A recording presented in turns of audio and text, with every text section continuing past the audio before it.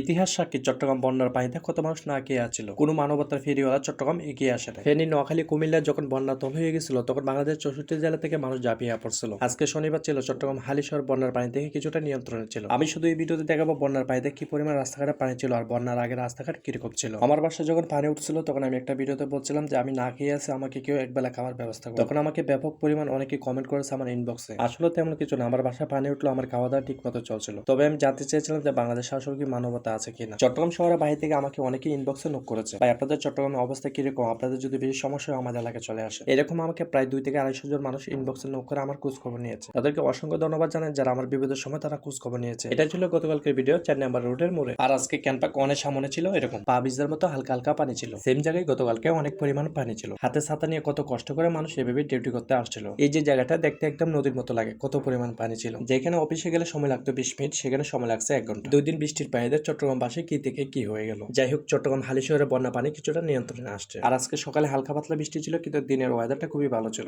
এই বলে আমার ভিডিও এখানে সমাপ্ত দিলাম। ওকে, বাই বাই, গুড বাই, আল্লাহ হাফেজ।